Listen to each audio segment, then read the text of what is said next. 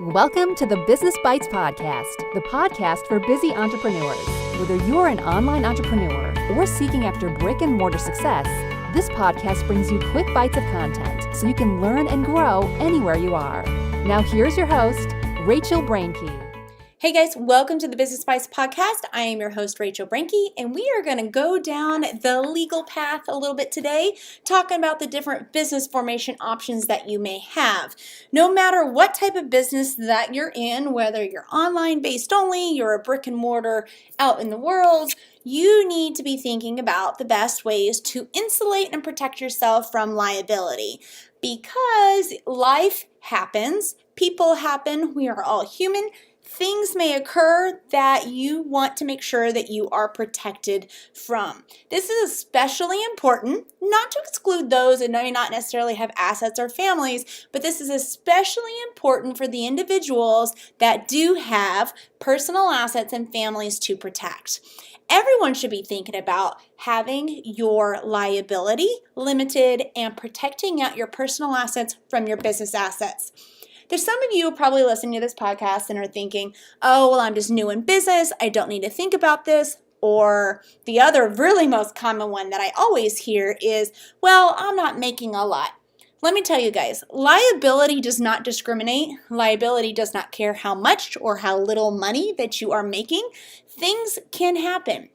Even if you are one of those that follows all the contracts and laws to a T, things can still occur. So I want to run over really quickly the business formation options that you guys need to be mindful of and really make serious plans to dive into.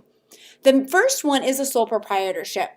Here in the United States of America, if you put yourself out like a business, you're just engaging in business, whether it could be an online blog with a couple affiliate links, or maybe you're a photographer that's working part-time, or you could be a full-fledged studio. But if you set yourself up and you're engaging in business, whether or not you have filed anything or whether or not you're making a lot, you are considered a sole proprietor. I want you guys to imagine for a minute a bucket.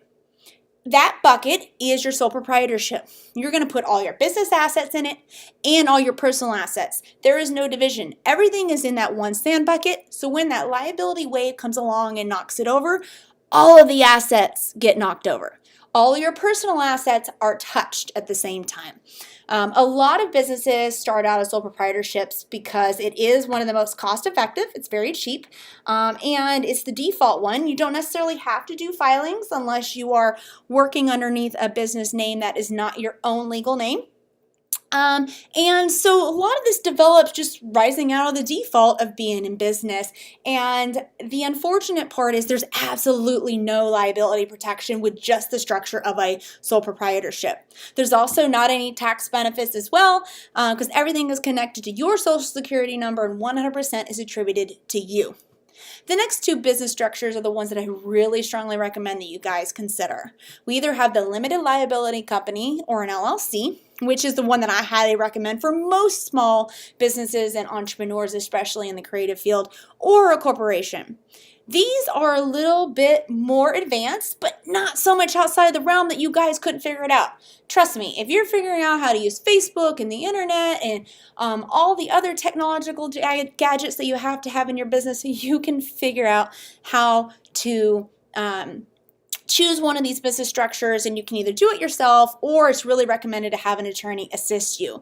But an LLC or limited liability company is one that allows for two buckets. Remember with the sole proprietorship, we had one bucket with all our business and personal assets.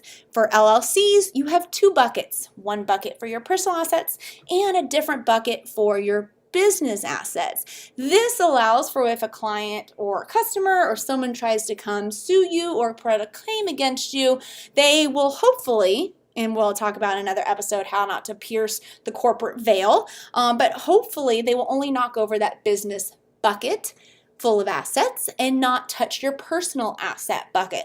Two separate buckets on the shore, and the wave comes along, hopefully, and it should, only grab and knock over the business asset bucket, which leaves your personal stuff insulated.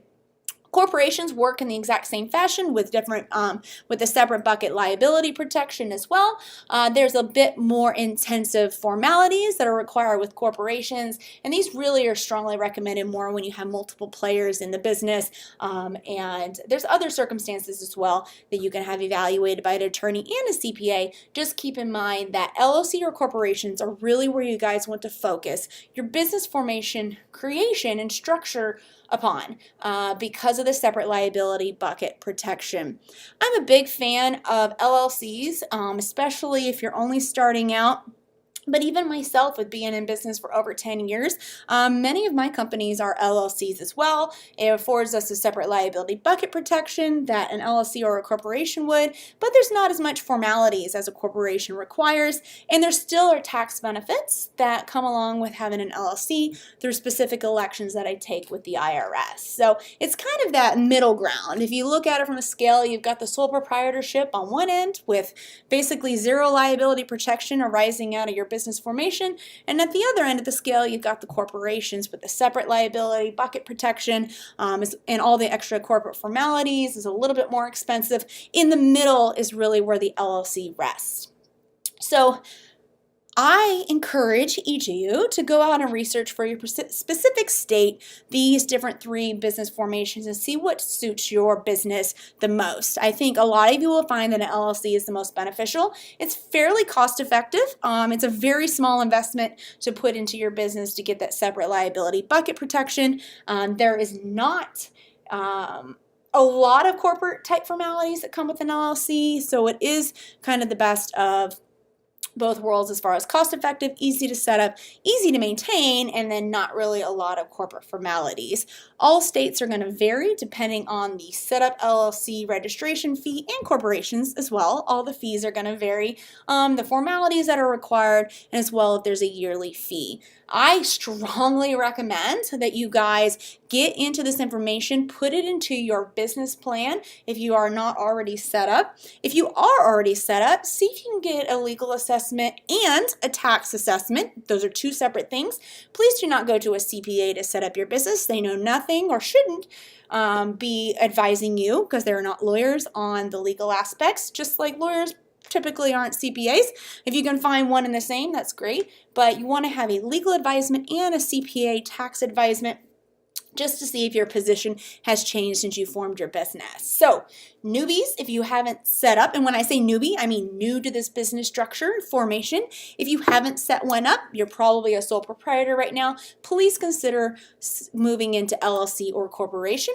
If you are someone that's already an LLC or corporation, please strongly consider getting those evaluations done on the tax side and the legal side, and stick that into a routine schedule. Just have this evaluation done just to see if there's any tax benefits that may help you as you grow, any changes that are worth noting, because hopefully your business is growing, flourishing, and succeeding, and with that your circumstances and liability needs change as well, the protection measures that you need. So we just want to make sure that everything's on the up and up and you're doing everything properly. Keeping in mind that LLCs and corporations are typically formed at the state level, and the sole proprietorships and filing of any like doing business as or DBAs, fictitious name or assumed name certificates are done on the city or county level depending on where you live. All right, so my big recommendation and takeaway for this, the action items for you guys, is to dig into the business formation structure that gives you the separate liability bucket protection.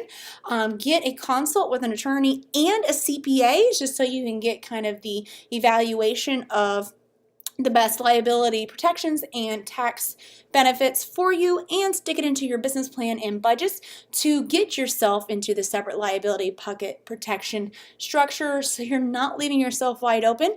There is a broad variety of things that you can do to insulate yourself from liability, and this is just one. Other things are the use of contracts, the use of liability insurance, but it all starts at the core with business formation. So please go check it out, put it into your business plan, and I wish you guys separate bucket liability protection going forward.